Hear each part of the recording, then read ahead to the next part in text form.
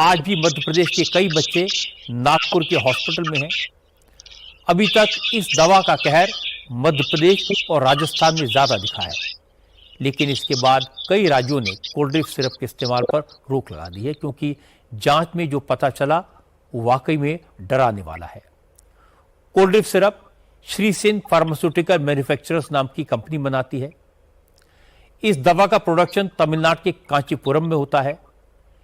इस यूनिट की जांच करने जो टीम पहुंची, उसने फैक्ट्री का हाल देखा तो अफसर भी सख्ते में आ गए, हैरान रह गए।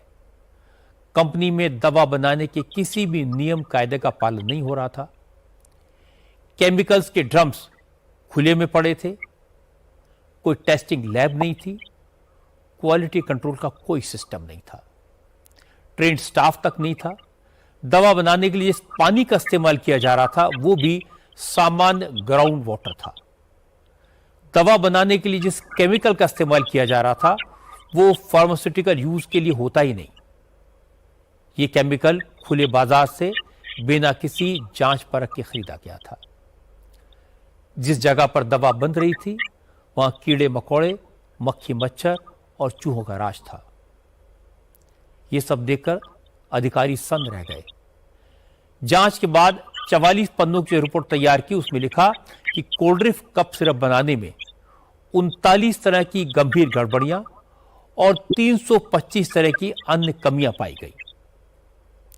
हमारे संवाददाता टी राघवन ने बताया कि कप सिरप में 0.1% ग्लाइकॉल होना चाहिए, जबकि कोल्ड ड्रिंक कप सिरप में इस केमिकल की मात्रा 48.1% पाई गई, यानी मानक से, स्टैंडर्ड से 481 गुना ज्यादा।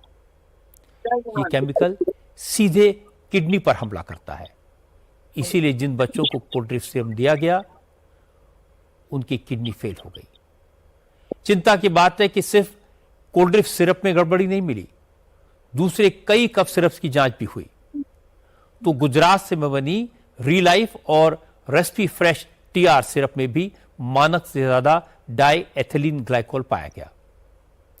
रीलाइफ में इस केमिकल की मात्रा 60 गुना 60 टाइम्स और रेस्पी फ्रेश टीआर सिरप में 136 टाइम्स 136 गुना पाई गई। इसलिए अब इन दवाओं के इस्तेमाल पर भी पाबंदी लगा दी गई है और बाजार में मौजूद ये कफ सिरप वापस कराए जा रहे हैं। गुजरात सरकार और जो मध्य प्रदेश की सरकार ने भी हमें बताया गया कि इसकी जांच करते हुए 2 कंपनियों का नाम है शेप फार्मा और दूसरी कंपनी है रेंडेक्स फार्मा। एक सुरेंद्रनगर में है और दूसरी अहमदाबाद में।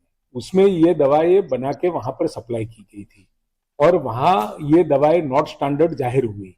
इसकी वजह से हमने भी यहाँ करीबन 624 जितनी कंपनियां ओरल मेडिसिन, लिक्विड मेडिसिन जो बच्चों के लिए बनाती है, सभी कंपनियों में हमने जांच चालू की है। और साथ में जो ये 2 कंपनी है, ये सुरेंद्रनगर वाली और ये अहमदाबाद वाली, दोनों को हमने प्रतिबंधित किया है। उनके पूरे प्रोडक्शन को बंद करने के आदेश भी दे दिए। और साथ में ये 2 कंपनियों ने जितना भी ये प्रोडक्शन किया हुआ माल जो बाजार में गया है कप सिरप वाला, वो पूरा रिकॉल करने के लिए बोल दिया गया है। और साथ में केमिस्ट जो एसोसिएशन है, केमिस्ट जो ड्रगिस्ट है, उन सबको भी ये माल न बेचने की भी हिदायत दी गई है और उसको भी। ಶಾಪ್ಸಿನಲ್ಲಿ ಸ್ಟೈಲ್ ಅಂತೂ ಸಕ್ಕತ್ತು,